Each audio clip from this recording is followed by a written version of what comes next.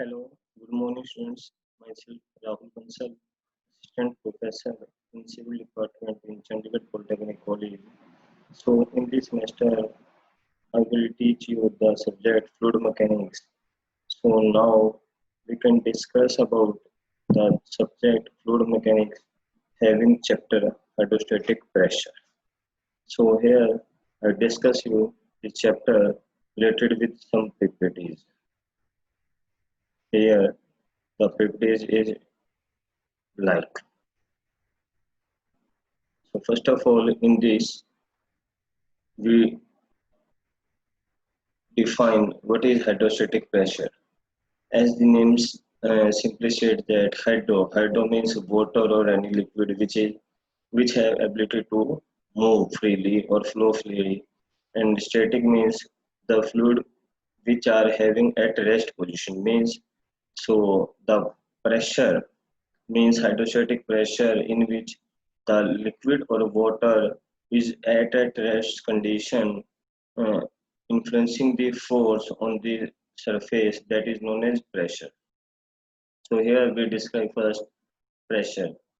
The total exerted force by liquid or any surface in contact with it is called thrust of liquid. This thrust exerted by a liquid per unit area of the surface in contact with the liquid is known as pressure. In SI system, the unit of pressure is Newton per meter square. In simply words, we define that pressure is equal to thrust divided by area because we calculate the thrust in Newton and area we consider in meter. So SI unit is Newton per meter square regarding the pressure. So here next is intensity of pressure, which is important part of hydrostatic pressure. So intensity is defined as, in simple words, pressure per unit area. Already we can know about pressure. So intensity of pressure we define as it is the pressure per unit area. Sometimes it is also considered as unit pressure or specific pressure or pressure at a point. So SI unit of intensity of pressure is also same as pressure, that is Newton per meter square. It is denoted by a word rho, which is written as rho is equal to capital P divided by A. A is area and capital P is pressure. Next is pressure head. So in this diagram, we can see that there is a container which is completely filled with a liquid. Here in the vertical lines, there are some dotted vertical lines which are considered as liquid column, and here the height is written as small h.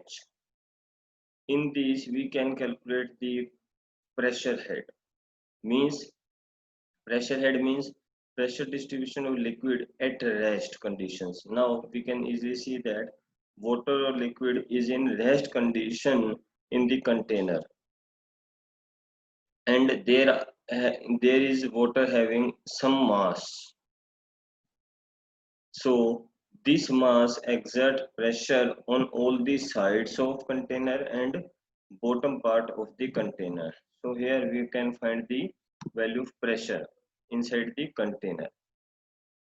So for this we can assume some constants like capital A, which is cross sectional area of container base, small a cross sectional area of liquid column base shown dotted.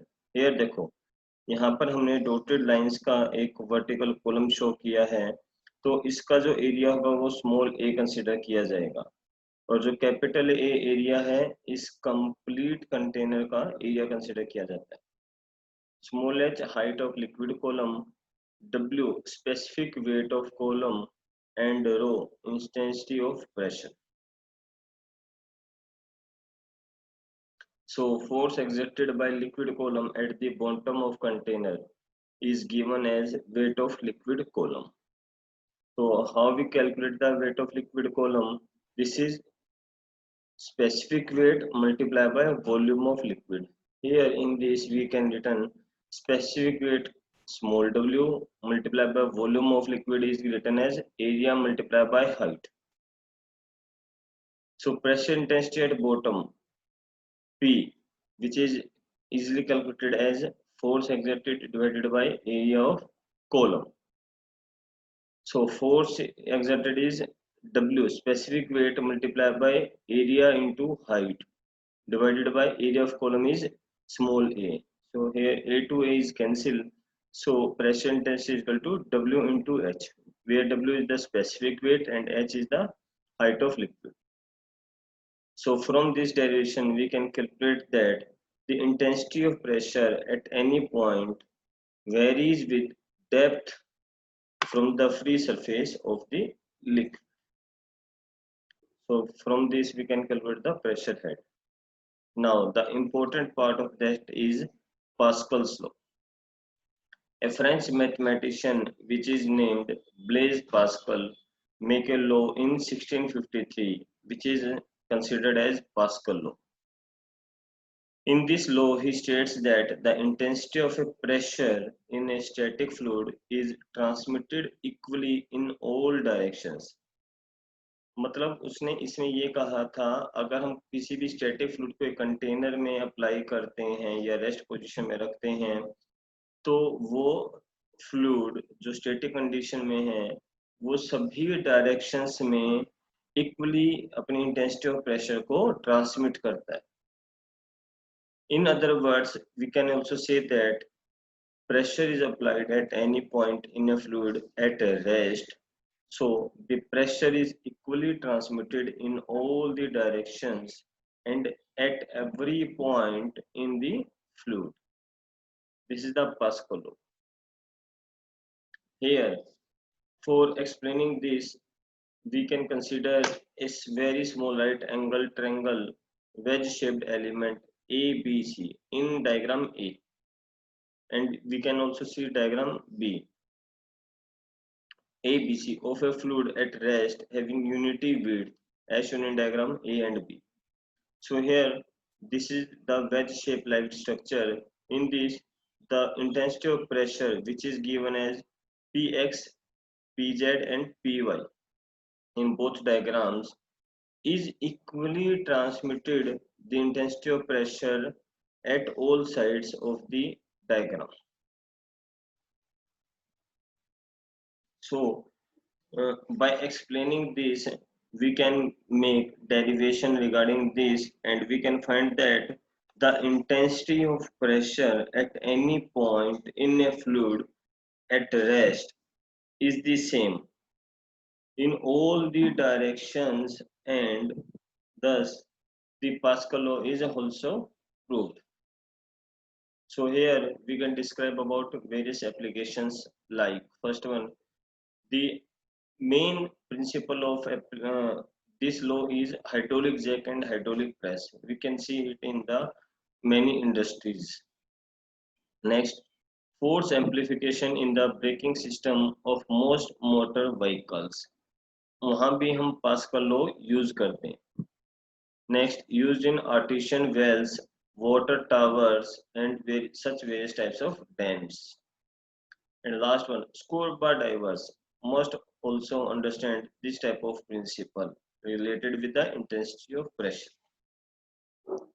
Here, these are some uses where this law is applied in many hydraulic machines, which are easily seen in many industries like hydraulic ram, hydraulic jack, hydraulic accumulators, hydraulic press, hydraulic lift, hydraulic brake, hydraulic coupling and last जो आजकल हम अपने घरों में ज्यादा देखने को मिलते हैं हाइड्रोलिक डोर क्लोजर्स.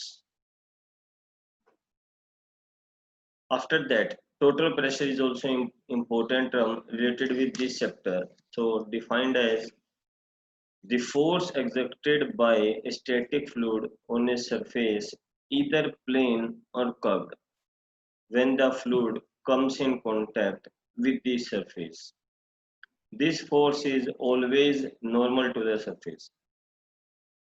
अगर हम एक एग्जांपल लेते हैं, तो अगर हमारे पास कोई प्लेन सरफेस है या कोई कर्व्ड पोजीशन में सरफेस है और जो फ्लूइड उसके कांटेक्ट में है, तो वो फोर्स क्या करता है, वो सभी डायरेक्शंस में अपना इक्वल फोर्स अप्लाई करता है। और ये जो फोर्स है वो हमेशा उसके सरफेस के रिगार्डिंग में 90 डिग्री पर ही इंक्लाइंड करता है। When a surface is immersed fully or partially in a liquid, the liquid exerts pressure on it. Therefore, the intensity may vary from point to point on the immersed surface depending upon the depth of the point from the free surface. So here we can also calculate total pressure. So for this we can consider the area into small strips like A1, A2, A3 up to AN, and related with that the pressure intensity is P1, P2, P3 up to so on. Then total pressure is related as pressure at first point plus pressure at second point plus pressure at third point, like this. So here we can here capital P regarding as total pressure, P1, P2, P3 are the pressure intensities on first, second, third strip of the surface. A1, A2, A3 are the areas of the strips. So for this, we can calculate total pressure. Next is center of pressure. The concept of center of pressure understanding is very easy. Like in a submerged surface, the intensity of pressure varies with depth. As we discussed earlier in the previous chapter or in the previous topic, the intensity of pressure always depend upon the depth and it varies according to the depth. So as the intensity of pressure is not uniform in the immersed surface, the resultant pressure also doesn't act at the center of area, but it's act a little below the center of area. Therefore, it is defined as the point of application of the total pressure on the surface. So it is also considered in the terms of depth from the free liquid surface and denoted by H bar. So here we can have some special cases like to find the total pressure and center of pressure. So first is on a horizontal plane surface immersed in a liquid. As seen earlier in the diagram, this is a horizontal plane surface which is below or which is immersed in the liquid, and that one is the free liquid surface. So the depth of that horizontal plane surface is center to center is h bar, which is also denoted as x bar. So here capital A area of immersed surface, W specific weight of liquid, x bar or h bar depth of horizontal surface from the free liquid surface. So for this we can calculate first total pressure. So here total pressure is equal to weight of liquid above the immersed surface, which is written as specific weight of liquid with volume of liquid. So here specific weight of liquid is written as W and volume we can find the area of surface multiplied by depth of surface. So W into area is capital A and depth of surface is x bar, or we can easily written as h bar. So this is the force. Pressure is regarding as a force, so its unit is Newton. And for that we can also calculate center of pressure. So the immersed surface is horizontal, means all the points on immersed surface are at equal depth from the free liquid surface. Therefore, pressure intensity of all the points on the immersed surface is uniform, that is equal with the entire surface. Therefore, x bar is equal to h bar, which is considered as center of pressure. This is so easy topic to understand regarding the fluid mechanics chapter or subject. So If you have any query, then you can mail me also. Thank you.